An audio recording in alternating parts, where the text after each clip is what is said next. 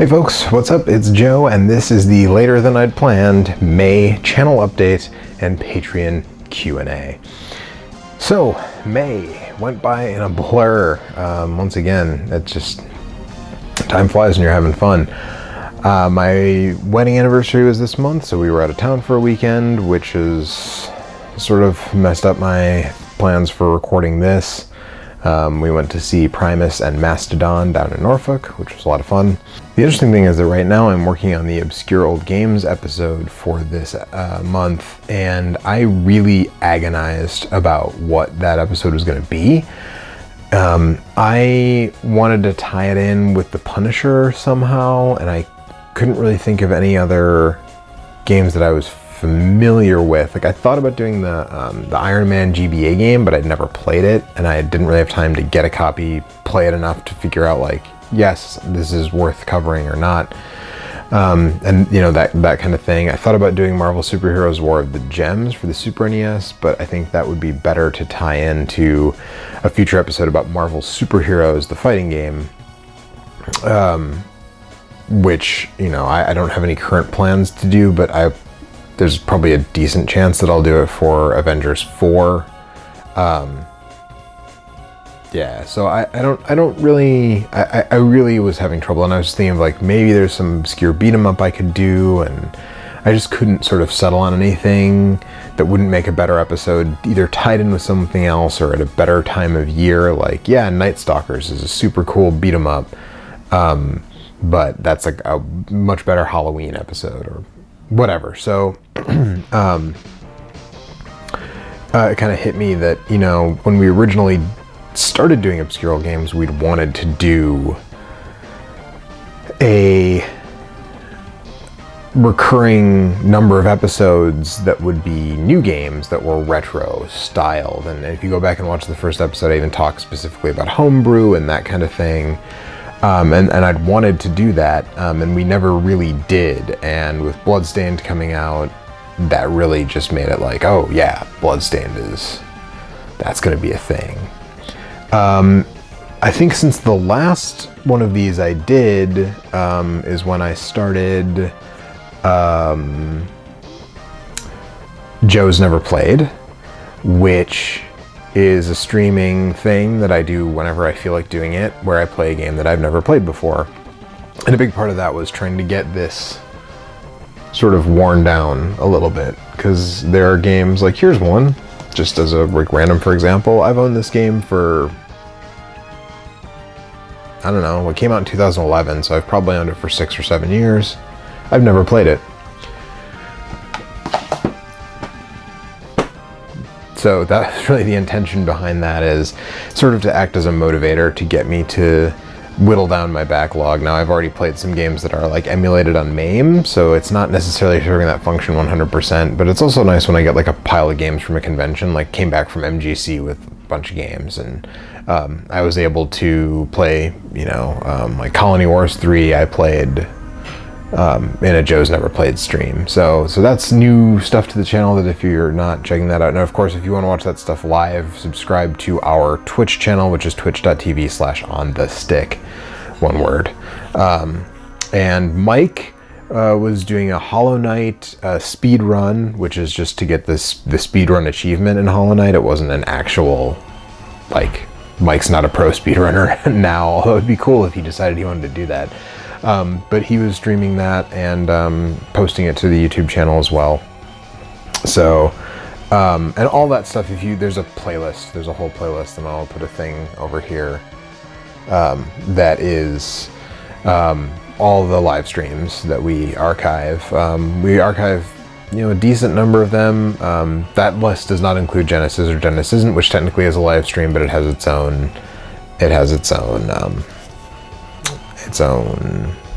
playlist. So yeah, I think that's about it in terms of channel update stuff for this month. I will say that there is the normal sort of summer series is coming up.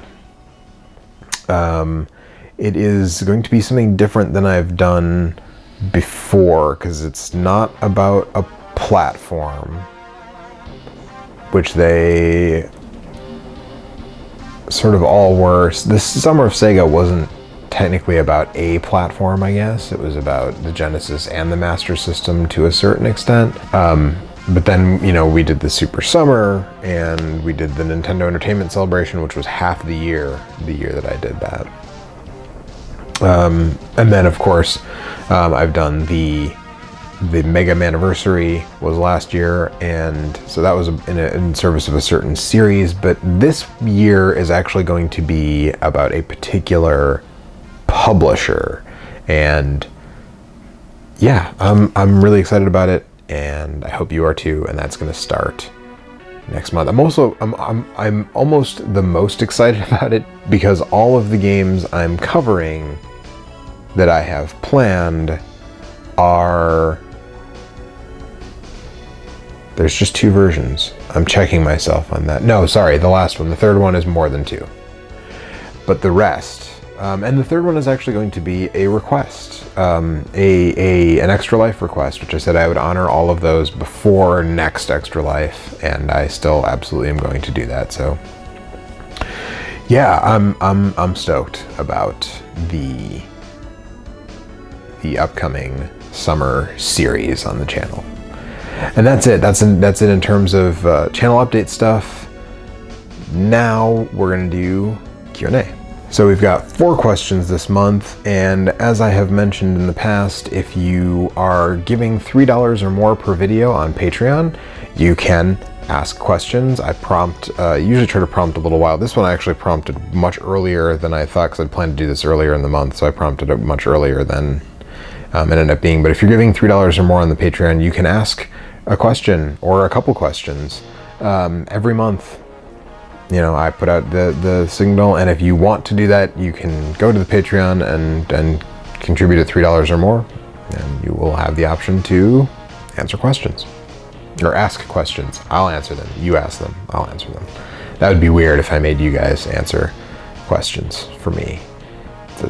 Anyways, first question. Are there ever any videos you wish you could have made to coincide with the release of a movie that share a license or a video game that's celebrating an anniversary?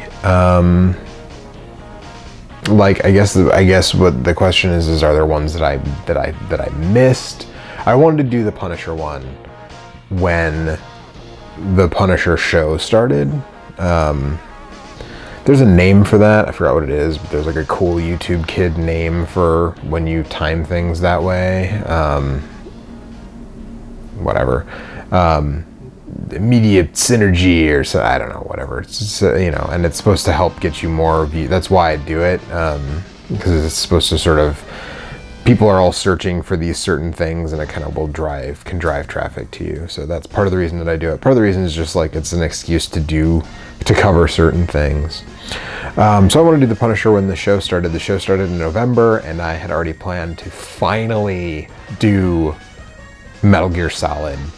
So I was not going to bump that to do Punisher. And then that worked out because I did Punisher for the sort of Deadpool / Infinity War release. So no, I don't know that there's any. I mean, the thing is, if I miss something, if I miss a release, I guess, then that's a little harder.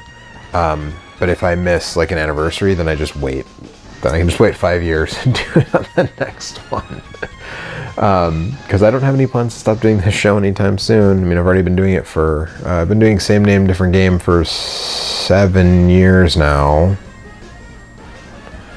So, yeah, 2011, February 2011 is when I started doing same name, different game. So, don't have any plans to stop anytime soon. Next question. What are some games in your favorite franchises that you feel to be underrated? So, I'm just doing some Castlevania stuff right now. Obviously, just shot some of the stuff for the Bloodstained review, Bloodstained Circle of the Moon review, and I must say that Castlevania Bloodlines, right here, this guy right here, severely underrated. Entry in the Castlevania series. I think generally that the Mega Man games are appropriately rated. Oh, actually, you know what? There's one. In terms of the Mega Man series, I would say Maverick Hunter X on the PSP. I don't know that it's underrated, I just don't think a lot of people played it, so they don't realize that it's pretty dope. But it is pretty dope, and you can play as Vile, and he has like a totally different power-up system and stuff, so Maverick Hunter X, I think, is probably like in terms of that, and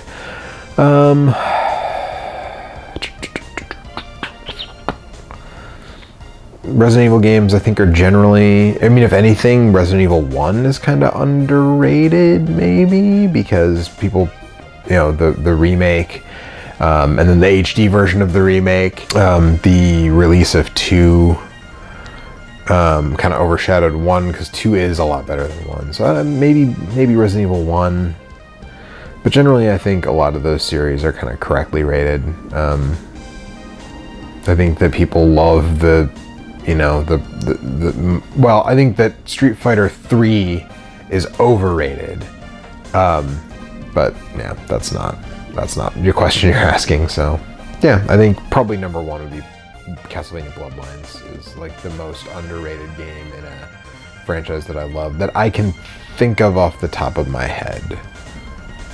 Now, of course, I'll turn the camera off and then I'll suddenly think of like, oh, there's this other one, but that would be my off-the-cuff thought. What's your favorite console of the 4th generation?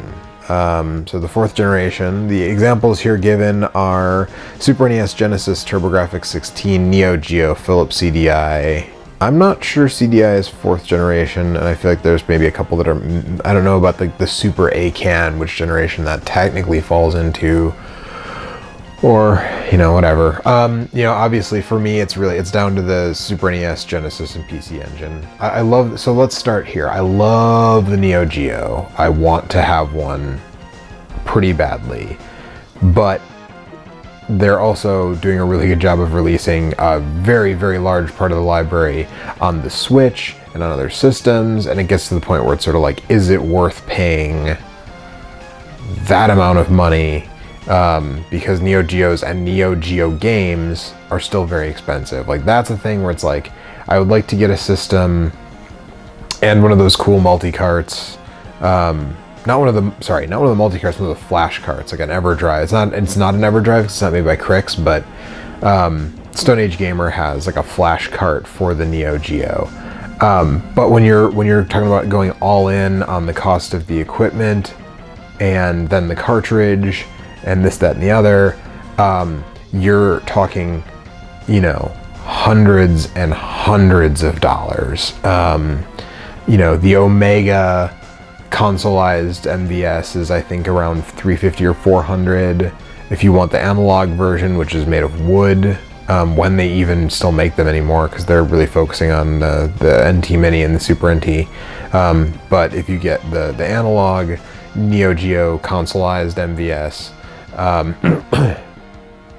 you're looking at, you know, $500, I think. And then the flash cart is, because those parts are not cheap, you're talking about, I think Stone Age Gamer has them for $400 is how much the flash cart is, which, I mean, their flash carts aren't cheap. The PC Engine one that I just got recently, this EverDrive, this guy was a little over 100. There's a really nice Super Nintendo one. It's like the top notch ones of some of them are really, really, you know, in the couple hundreds-ish. The Super Nintendo, the SD2 SNES, which is not also technically an EverDrive, but it's sort of the higher quality model for the Super NES. I have a regular Super NES EverDrive. It's right here. The SD2 SNES has a lot more bells and whistles. That one's like $250. But the Neo Geo one is way expensive. So you're talking about just this massive amount of money to get into, you know, that scene. And then if you want to actually collect games, they cost an arm and a leg. I mean, they're just so, MVS, the reason that people get consoleized MVSs, which, so I will apologize if I assume that people who follow this channel and watch these videos know a lot about the sort of inside baseball of vintage game collecting, and that's wrong. I shouldn't do that. So to back up a second, a consoleized MVS, which is how most people get Neo-Geos these days, is where basically someone sort of takes the guts out of a Neo-Geo arcade machine, because they're very plentiful, and turns it into a console. And the reason that people do that is because because the arcade machines were so plentiful, the arcade cartridges are actually a lot easier to come by and generally a lot cheaper than the AES, the home version cartridges. Those are really expensive. And a lot of people get what's called a UniBIOS, which is Universal BIOS for the Neo-Geo, which will run both. Because out of the box, like, you can't take, so even though SN Kato has talked about how, like, it's the arcade experience at home, and that's generally true, but you can't just take a cartridge out of an arcade machine and slot it into the home system and have it work. That doesn't work, and vice versa, it doesn't work generally either. But if you have the UniBIOS flashed onto your consoleized MVS, then you can put AES cartridges in it, you can put MVS cartridges in it, flash carts, multi-carts, all that stuff works, and that's generally the route people go. There's a guy in like Hong Kong, I think, who is making a cheaper consoleized consoleized MVS right now that some people have talked about. The problem that I've seen is that, so Mark over on RetroCore did a video about one, he got one, and it's only like 150 bucks, which is really cheap for that piece of equipment. But he said that his FrameMeister would not take a signal from component cables at all. It just was like a black screen. And I saw a video from another dude, and I don't remember who it was, but someone was basically like, it blew out my OSSC, which is the open source scan converter, which is like a FrameMeister alternative. It fried, this consoleized MVS fried his OSSC. So at first I was excited, and I was like, that's what I'm gonna do. I'm gonna get one of those, I'm gonna save up for the flash cart. I don't wanna blow up my FrameMeister. Although Mark from RetroCore said that S-Video worked fine, and a lot of people have said in the past, you know, the biggest jump in quality you will see generally is from composite video, just the yellow cable, to S-Video. That's the biggest quality jump in video signal, analog video signal that you're going to get. Even the jump from S-Video to component or SCART, RGB SCART, is not going to be as big as what you see going from really crappy composite single yellow cable to S-Video, which is like a multi-pin.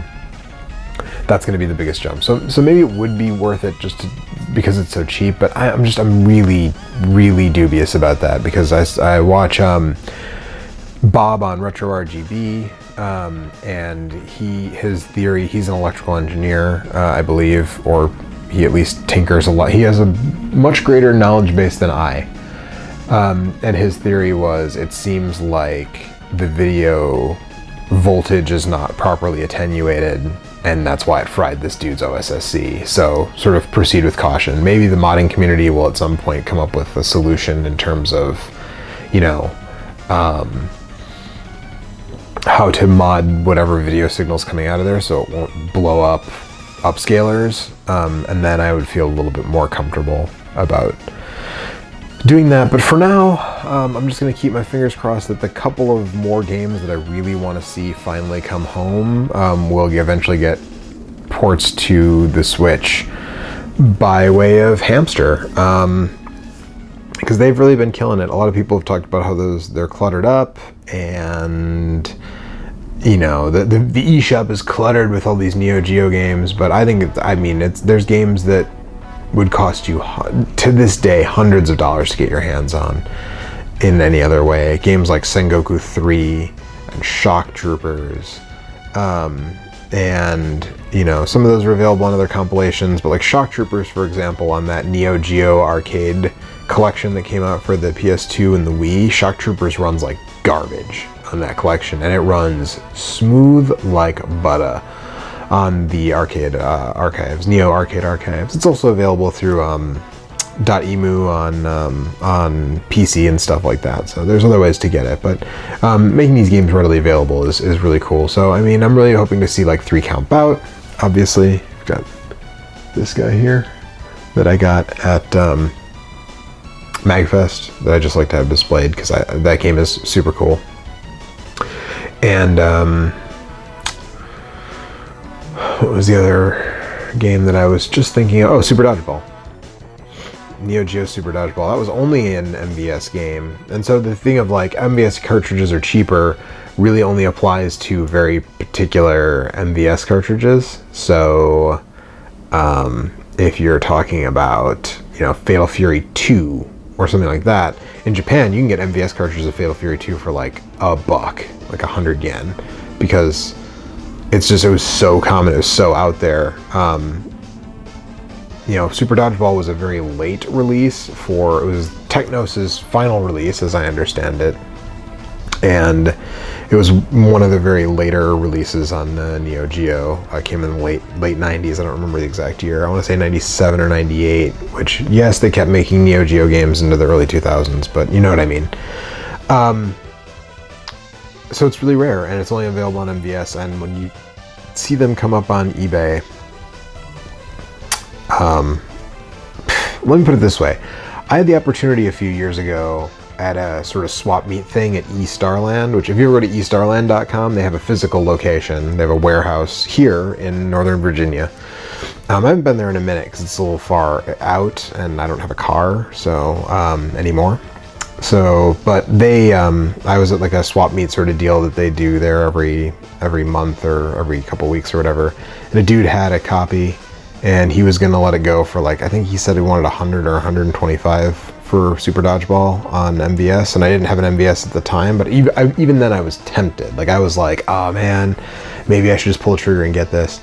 And I didn't, and I regret it, because now it's super expensive, and I would really love, I mean, Technos and Arc System Works has all of Technos' IP. They have a working relationship with Nintendo. They obviously have a working relationship with Hamster because they've put out Double Dragon and stuff like that on Arcade Archives. So I really hope that they put out Super Dodgeball in the Neo Geo Arcade Archives collection. Those are the couple that I'm really looking for. So, wow, that was a super long digression about the Neo Geo. But you give me a chance to talk Neo Geo, and I'm just gonna go. So, yeah, Neo Geo, man, I love the Neo Geo, but it is not my favorite system of the 4th generation. I really love the 4th generation. The 3rd generation is where I started gaming, and I started with the NES. The NES was the first home console that I ever owned.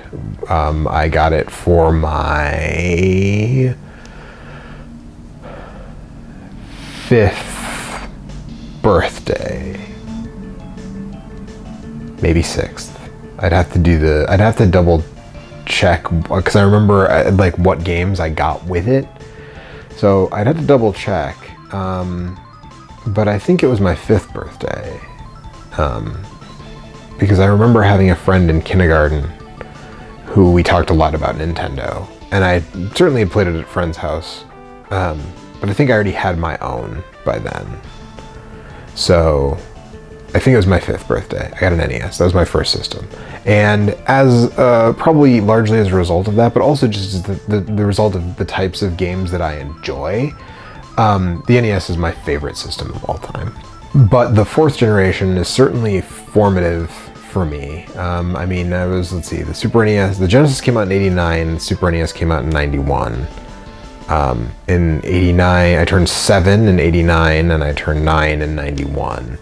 So, you know, those were really, really formative experiences. I didn't have a TurboGrafx. I remember I wanted a TurboGrafx as a kid. So this is what a nerd I am and have always been. When I was a kid, I lived on a street and a cul-de-sac that had 6 houses on it. My parents still live on the same street. There are 6 houses, 3, okay? And a lot of kids lived on that street. In fact, I think at the time, I want to say that 5 of the 6 houses, there were kids around my age. So there's a girl who lived next door to me. She didn't really care that much about video games. Then my friend Mark lived across the street from me. Mark and his 2 sisters, Annie and Sandy. And Mark's family still lives across the street from my family, believe it or not, after all these years. And then on a diagonal, our friend Brian, and at the end of the street, our friend Matt. And then at the other, on my side at the end, was the house with no kids. And our great, brilliant scheme was that we all had NESs, but then like when the 16-bit thing started happening, it was like, well, people are challenging Nintendo's dominance. So we started having this plan, like, to play all of the video games, we will each get different systems because our families will only buy us like one. Which eventually changed for me. Later on down the line, I had both a Super Nintendo and a Genesis. But at the time, it was like, we could only get one system. And so Mark got a Super NES like right away, like within the first month or 2. And I remember going over there and checking out Final Fight and being really disappointed that it wasn't 2 players and you know, whatever. We talked about how I think it was Matt was going to get a Genesis, and I don't know how Brian got left out of this whole thing, but then I was like, I'm gonna get my parents to get me a TurboGrafx 16. And when my parents went to the video store, and I could tell a whole bunch of video store stories, I'm not going to, but my mom went to the video store, which is called Village Video, which I've mentioned in past videos, and the guy who owned it is a really, really nice guy by the name of Don Olson, who owned the store, and he actually died when I was in elementary school. He had I think it was a brain aneurysm, if I remember, a stroke or a brain aneurysm or something like that. He wasn't that old, he was in his 40s, I think, but he died when I was still pretty young. But at the time, you know, we used to go down there and hang out at the video. They had arcade games in the video store and stuff. We used to love going down to the video store and hanging out, pestering Don, and he was just the most patient guy. Really liked kids. He was like sort of he was like a balding, smoking, gruff Willy Wonka to us as kids. My mom went down there and asked about the TurboGrafx, and they did not rent TurboGrafx games, which was very important to the economy as to my personal economy as a child, because I was like 7 years old, like I couldn't, or 8 years old, you know, or even 9 years old. And like, yeah, I mean, I guess I had an allowance, but how much allowance did I need to save to buy a brand new cartridge video game? Like, you know, I mean, my allowance was, I did chores and I got like $5 or $10 a week. You know, that's a lot to save to get one video game. Or I would get video games for like a report. If my report card was good, I'd get a new video game. Other than that, it was birthday and Christmas. And guess what? My birthday is in December, so it's sort of a glut all at once, and then nothing for most of the year. So, you know, renting was a big part of it. And the thing is that I always find interesting is when I talk about all the games I played as a kid, it's because of rentals. It's 100% because of rentals, because I always see these games where people are like, I never played this, I never played that, I never played this as a kid. And I played so many games as a kid because I almost never bought games, but we rented all the time. My parents rented movies. My parents love film, and that passed down to me as well, obviously. But you know, my parents were renting movies every other night, especially in Wisconsin when it's cold out a lot of the year and you can't go do stuff outside unless you're into skiing or ice skating or hunting, which my family isn't really into those things that much. Stay inside and you watch movies. So, especially not during the summer, it was a lot of renting movies, and then I would rent a video game, and so that's how I played a lot of games. So the fact that Village Video did not rent TurboGrafx games, and Don, to his credit, his pulse was very much on his finger was very much on the pulse of the industry, and he knew. He told my mom, he's like, don't get him the TurboGrafx because it's not going to last. It's not going to do well, and that's why I don't stock the games. Is the library is small, and they're not making a dent against Sony or Sega and Nintendo.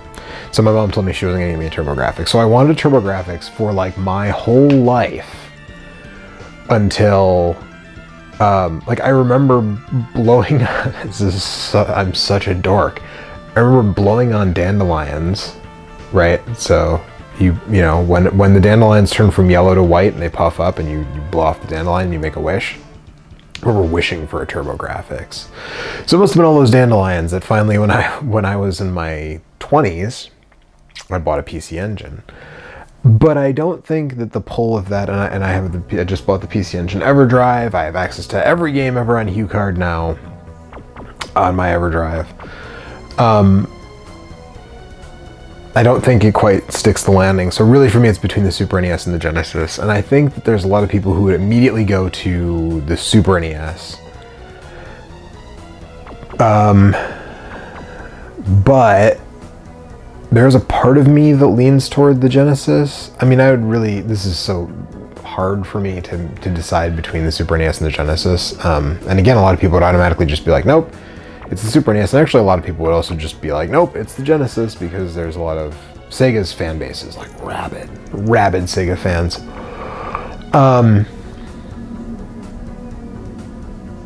But I think I probably will side with the common wisdom.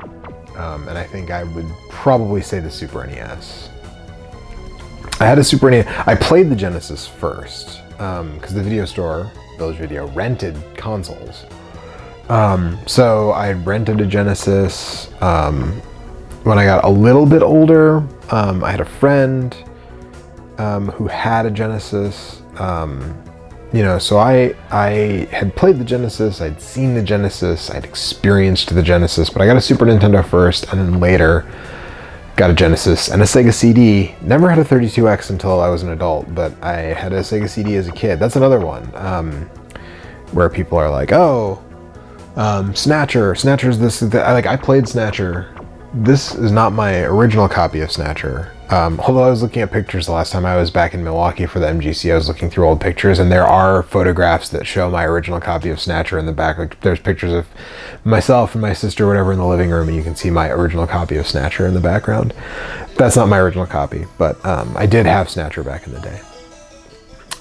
But still, I think the Super NES. I had a Super NES first, before I had a Genesis, and I think that the library is maybe just like slightly better, even though I love shoot 'em ups. As I think you all know, I'm a huge shoot 'em up nut. But I think that the Super NES just maybe has like a more well-rounded library in some ways. Yeah, I think Super NES, just barely though. Like, I would say Super NES, then Genesis, narrowly, then PC Engine, TurboGrafx, then Neo-Geo. But they're all clustered pretty close together. So that was a really long answer. That's just, it could be a video by itself. Okay. Last question. This is maybe a little bit easier. Is there a console you wish had performed better in the West? This is an easier question because I sort of just talked about it. The TurboGrafx. Not only for my selfish childhood desires of wanting to have had a TurboGrafx at the time, which again, Mom, if you're watching this, and I don't think she watches these like Q&As and updates, but Mom, if you're watching this, I am glad that you talked to Don and did not get me a TurboGrafx 16 at the time. I probably wouldn't have been too happy in the long run. But, you know, as a kid I wanted one, and now I have one and I love it, and I really think that if the TurboGrafx had done better, it would have been a really interesting sort of 3-horse race in that, which of course we have sort of this ongoing 3-horse race that since Nintendo has really come into their own. First with the Wii, they had a little bit of a downturn, but even the 3DS, you know, and then now the Switch, like, wow. Alongside Microsoft and Sony, we sort of had a perpetual 3-horse race, but I think it would have been cool to see how that 3-horse race could have turned out if NEC and Hudson had made some different decisions in the US in the early 90s, and maybe shelled out a little bit more to get some big name titles and some big licenses. Stuff like, even though Die Hard is not a great game, Batman is not a great game, they're interesting, and they would have brought some more eyes onto the TurboGrafx, I think, if they had released Street Fighter. Because Street Fighter 2 Champion Edition on the PC Engine is